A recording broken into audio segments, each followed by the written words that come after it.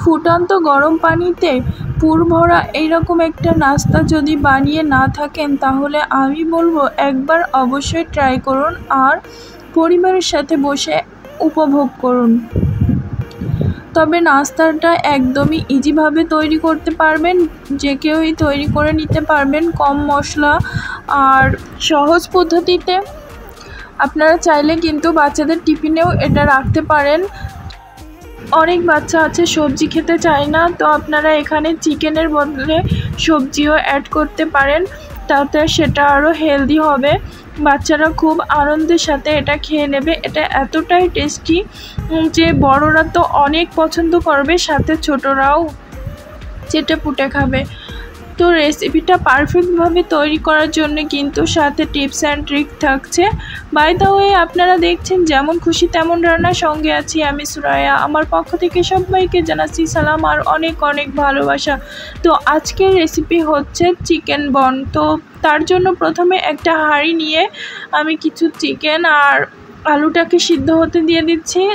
আর এদিকে একটা পাত্রে নিয়ে নিয়েছি কিছু আটা। আমার পরিমাণ মতো, আপনারা আপনাদের পরিমাণ মতো এখানে আটাটা নেবেন। যদি বেশি তৈরি করতে চান তাহলে বেশি করে নেবেন, আর কম তৈরি করতে চাইলে কম করে। তো এখন এই আটার ভিতর দিয়ে দিলাম পরিমাণ মতো লবণ আর ইস্ট দিয়ে এখন এটাকে একটু শুকনোভাবে মাখিয়ে নিচ্ছি। শুকনোভাবে মাখিয়ে নেওয়ার পর আমি এখন দিয়ে দিচ্ছি উষ্ণ গরম পানি। আর ডোটা অবশ্যই একটু নরম করে মাখতে হবে, অতিরিক্ত শক্ত করলে কিন্তু পারফেক্টভাবে এই বলগুলো তৈরি হবে না। এক্ষেত্রে আপনাদের খেতেও অতটা বেশি টেস্টি হবে না। তো যাই হোক, এখন আমি এইভাবে আটাগুলোকে মাখিয়ে নিয়েছি। এই যে কেমন মাখিয়েছি আপনারা দেখেই বুঝতে পারছেন আর কি। এখন এর ভেতরে আমি একটু সাদা তেল দিয়ে আবারও মাখিয়ে নিচ্ছি ভালোভাবে। এই সাদা তেলটা দিলে আর হাতে লাগবে না, এই কারণে আমি সাদা তেলটা ব্যবহার করে নিচ্ছি। একটু নরম নরম হয়েছে, এই কারণে হাতে লেগে যাচ্ছে। তো যখনই আমি সাদা তেলটা ব্যবহার করেছি তখন এটা কিন্তু আর হাতে লাগছে না, ভালোভাবে মধে নেওয়া যাচ্ছে। তো এইভাবে কিন্তু অবশ্যই আটার ডোটা মধে নিতে হবে। আর এটা খেতে কিন্তু অনেক টেস্টি, অনেক। আপনারা বাসায় অবশ্যই একবার হলেও ট্রাই করবেন, আমার রিকোয়েস্ট হলো। তো এখন এটাকে আমি 1 ঘন্টা 20 মিনিট, যে যত বেশি পারবেন তত বেশি রেস্টে রাখবেন, তবে গরম জায়গাতে রাখবেন। আর এদিকে যে আমি চিকেনটা রেখেছিলাম সিদ্ধ হওয়ার জন্য আর আলুটা, সেটা কিন্তু হয়ে গেছে। আমি এখন এটাকে নামিয়ে নেব। নামিয়ে নিয়ে এর প্রসেসিংটা করে নেব। এটাই কিন্তু পুর হবে, তো পুরটা ভালোভাবে তৈরি করে নেব। তো সবগুলো নামিয়ে নিয়েছি। নামিয়ে নিয়ে এখন হাতের সাহায্যে আমি সমস্ত আলু আর চিকেনটাকে ম্যাশ করে নেব। তবে অতিরিক্ত ম্যাশ করা যাবে না, দানা দানা থাকলেও চলবে।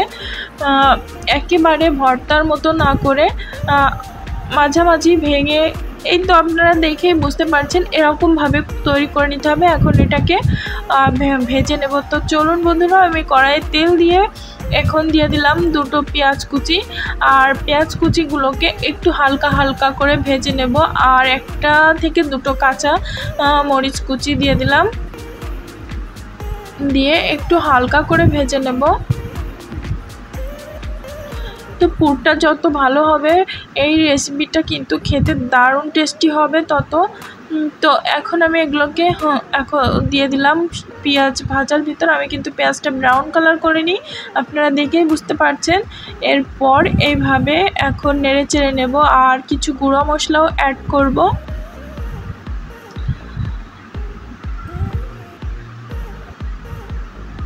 তো গুঁড়া মশলার ভিতর প্রথমে দিয়ে দিচ্ছি স্বাদের জন্য লবণ, ধনিয়া গুঁড়া, কালারের জন্য হলুদের গুঁড়া, শুকনো মরিচের গুঁড়া দিয়ে একটু নেড়ে চেড়ে নিচ্ছি।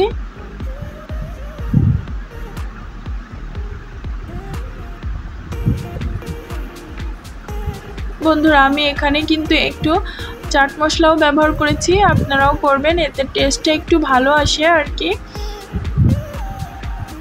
তো এইভাবে মিনিমাম 5 থেকে 7 মিনিট ভেজে নিতে হবে, তাহলেই পারফেক্টভাবে ভাজা হয়ে যাবে।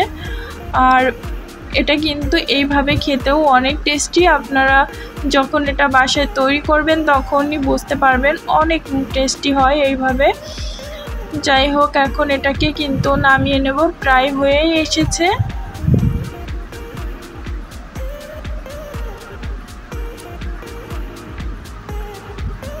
তো এখন এগুলোকে নামিয়ে নিচ্ছি।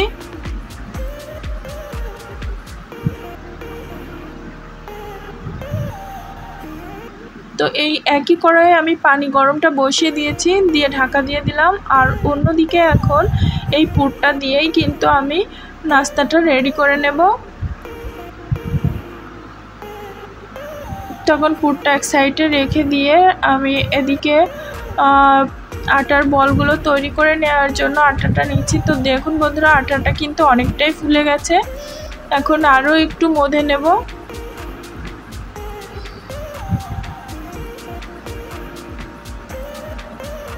আর দেখুন বন্ধুরা কতটা সফট আর মসৃণ হয়েছে আটার ডোটা। ঠিক এরকমই সফট আর মসৃণ ডো তৈরি করে নিতে হবে এই নাস্তাটা তৈরি করার জন্য। তো এখন আমি এইভাবে কেটে করে 4টে টুকরো করে নেব। আপনারা চাইলে আপনাদের পছন্দ মতো টুকরো করে নেবেন। আমি এখানে 4টে লেচি করব।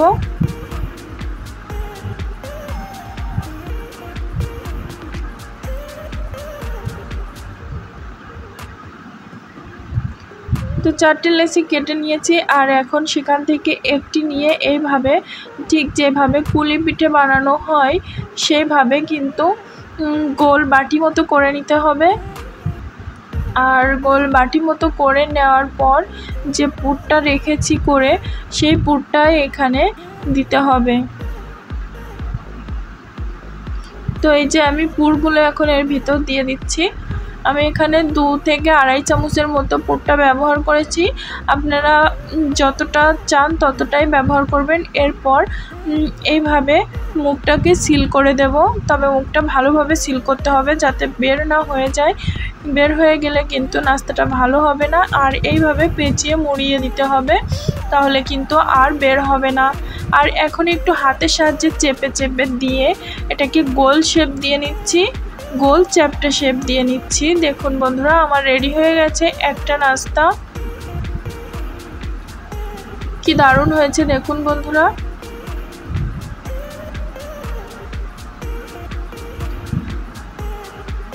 এখন আমি আরও একটা তৈরি করে দেখাচ্ছি।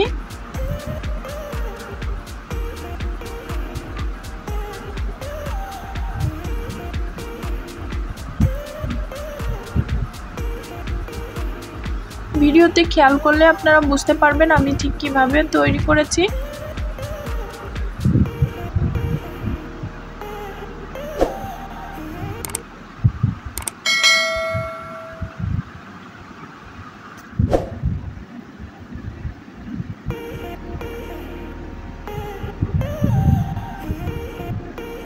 এই যে আমার আরও একটা তৈরি হয়ে গেল।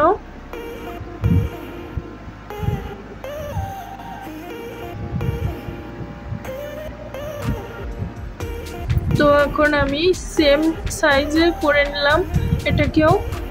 তো এইভাবে আমি এখন সবগুলো তৈরি করে নেব, মানে বাকি যে দুটো আছে সে দুটো তৈরি করে নিয়েছি। দেখুন বন্ধুরা, এখন এগুলোকে ফুটন্ত গরম পানির ভিতরে দিতে হবে সিদ্ধ করার জন্য। তো গরম হয়ে গেছে, ফুটেও গেছে। আর আমি এখন এগুলোকে গরম পানির ভিতরে ছেড়ে দিচ্ছি। তো বন্ধুরা, আপনারা কিন্তু অবশ্যই ফুটন্ত গরম পানির ভিতরে দিবেন।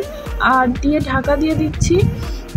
আর এইভাবে আমি 15 মিনিটের মতো এটাকে সিদ্ধ করে নেব।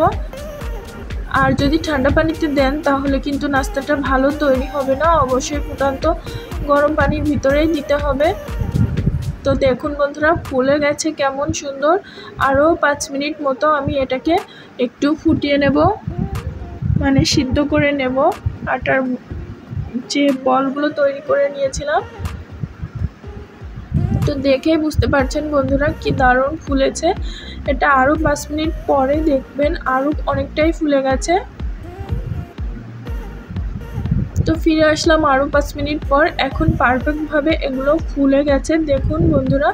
তো আমি এটাকে এখন নামিয়ে নেব।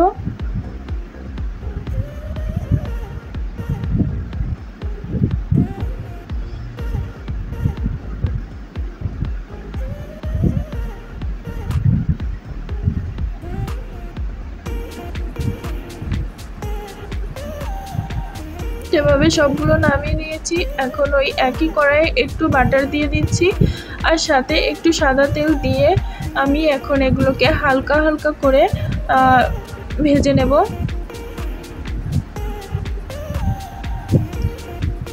সব থেকে লাস্ট স্টেপ এটা।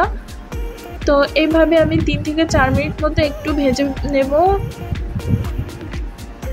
এতে কিন্তু নাস্তার টেস্টটা দ্বিগুণ হয়ে যাবে। তো দেখুন বন্ধুরা কি সুন্দরভাবে ফুলে গেছে নাস্তাগুলো, দেখে অবশ্যই আপনারা বুঝতে পারছেন। তো আমার কিন্তু নাস্তাটা দারুণ লেগেছিল, ভাবছি আরও একবার তৈরি করে খাবো। অনেক টেস্টি হয়েছিল, অনেক। তো আপনারা অবশ্যই বাসায় ট্রাই করবেন আর কমেন্ট করে জানাবেন কেমন লাগলো আপনাদের কাছে। তো দু সাইডে এরকম ব্রাউন কালার করে নিচ্ছি।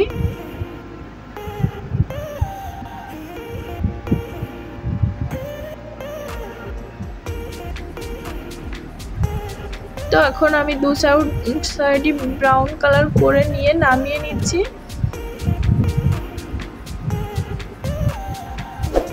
বন্ধুরা আমার ভিডিওটি যদি আপনাদের ভালো লেগে থাকে তাহলে আমার চ্যানেলটিকে সাবস্ক্রাইব করুন, লাইক কমেন্ট শেয়ার করে আমার সাথেই থাকুন। তো চলুন বন্ধুরা আমি একটু আপনাদের দেখিয়ে দিই কাছ থেকে যে কেমন হয়েছে। না প্রত্যেকটা নাস্তা ফুলে কিন্তু টেপা টেপা হয়েছে, দেখতেই বুঝতে পারছেন আপনারা। আর আমি একটু ভেঙে এখন ভেতরটা দেখিয়ে দেব যে কেমন হয়েছে।